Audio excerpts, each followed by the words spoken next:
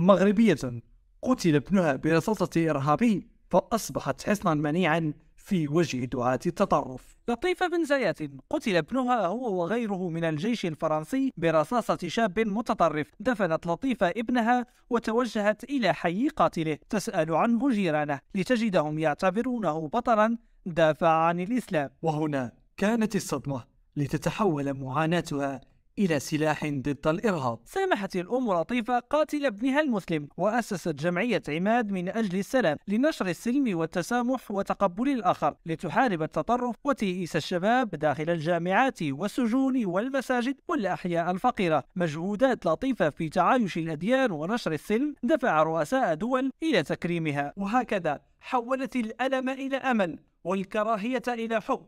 وهذه أخبار كان خاصك تعرفها، وهذا ماشي موضوعنا. اللي بغيت نعرف منك واش تعرف شي واحد استمد القوة من رحم الأحزاب.